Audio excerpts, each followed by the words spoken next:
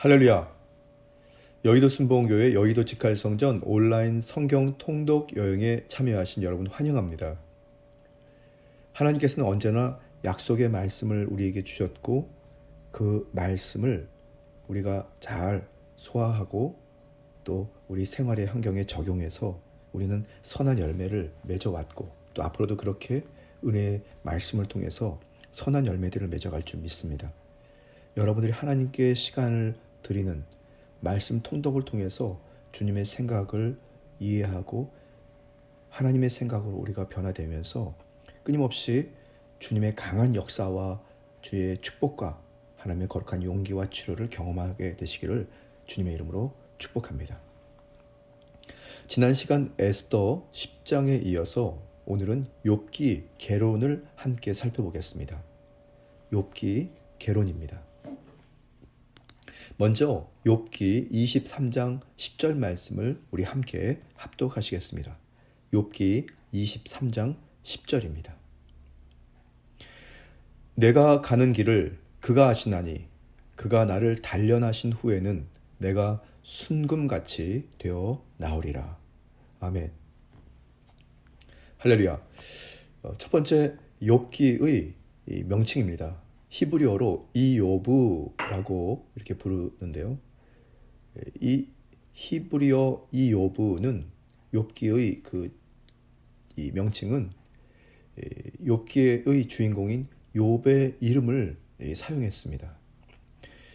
그런데 그 의미로는 첫 번째가 돌아온 자, 돌아오다 이런 의미이고요.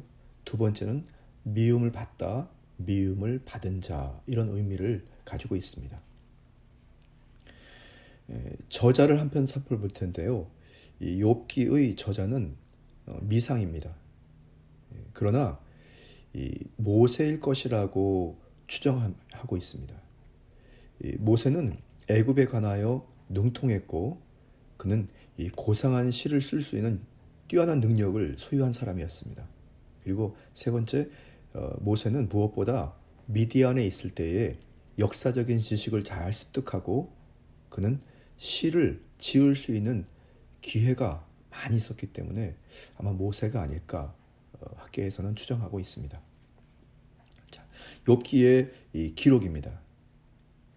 기록 그 시대, 기록 연대, 바로 모세의 시대라고 하는 견해가 있고요. 두 번째는 이 솔로몬 시대에 기록되었다고 생각하는 또 추정하는 견해도 있습니다. 자, 네 번째, 이 욥기의 이 기록 목적입니다.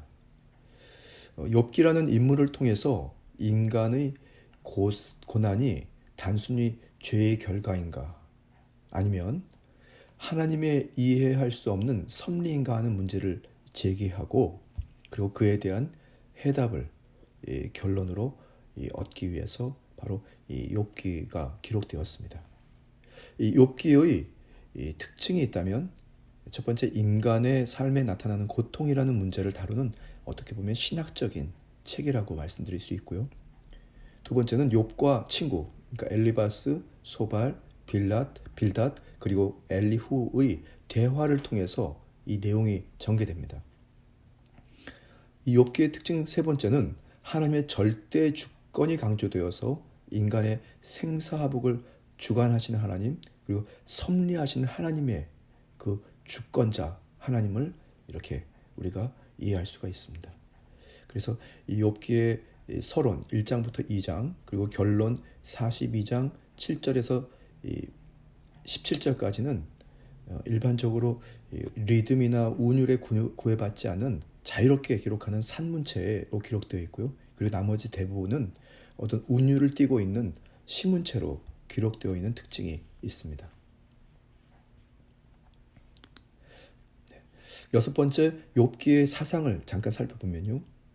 욥기는 하나님께서 필요에 따라서 신앙 성숙을 위해 각종 고난과 연단을 주신다는 그런 사상을 기조로 하고 있고요. 하나님을 경외함이 참된 지혜와 명철이 된다는 그런 사상입니다. 마지막 세 번째, 이 욥기의 사상이 있다면 고난은 때로 의인을 깨닫고 그리고 견고하게 해서 정금같이 순금같이 단련해서 하나님의 방법으로 그를 쓰신다는 그런 사상이 있습니다. 자, 이제 마지막으로 이 욥기의 내용을 한번 살펴볼 텐데요. 전체적인 내용은 첫 번째 욥의 고난과 탄식, 서론 부분입니다. 그리고 두 번째 욥과 그의 친구들 서로 대화하면서 변론하는 그런 이야기가 나오고요. 그리고 이 본론 중에 하나님과의 이제 만남의 상황이 이제 거의 끝부분에 나옵니다.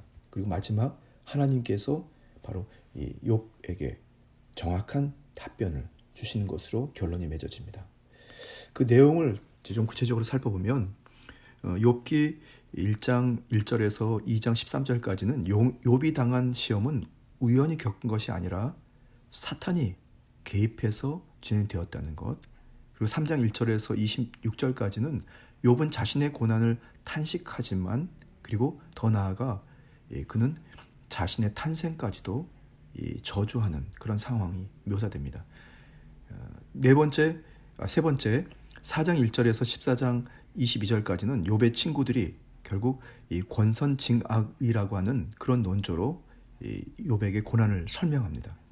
15장 1절에서 21장 34절까지 말씀은 친구들에게 악인이 항상 고통당하는 것이 아니라고 욥은 그렇게 지적하면서 변증합니다. 22장 1절에서 26장 14절까지는 욥의 이 친구들이 하나님의 위대성 앞에 욥이 의문을 제기하는 것이 불가능한 일이다, 가능하지 않은 일이라고 그렇게 표현합니다. 27장 1절에서 29장 28절까지는 모든 지혜의 근원에 대해서 과연 그것이 어디서 지혜가 오는지에 대한 의문을 제기하고요. 29장 1절에서 37장 24절까지 말씀은 욥의 변론에 대해 네 번째 친구였던 이 엘리후, 그는 고난의 이 훈련의 성격을 배울 것을 이렇게 말씀합니다. 그리고 38장 1절에서 42장 6절까지는 하나님의 권능 앞에 인간의 이 무지함, 스스로의 무지함을 깨달아야 된다는 그런 내용이 나오고요. 이제 마지막으로 42장 7절에서 17절까지 하나님께서는 욥에게 바로 보상하시면서 욥이 하나님을 철저히 신뢰하는 것으로 욥기가 마무리됩니다. 할렐루야. 하나님께서 저와 여러분들이 이 욥기를 통독하는 중에 하나님의 강한 섭리, 그리고 저와 여러분들 어떤 상황에서든지 주님의 그 의중을 살피고 순종하면서, 그리고 원망하거나 불평하지 않고 적극적으로 순종하고 감사하고 주님의 은혜를 기대하며 나아갈 때 반드시 주님께서 보상하시고 우리의 믿음이 다시 한번 정금같이 순금같이 더욱더 견고해지는 주의 영광이 드러나는 그런 은혜가 있게 될 줄 믿습니다. 다음 시간은 성경 통독 다음 시간은 욥기 1장에서 3장까지입니다. 잠시 기도드리겠습니다.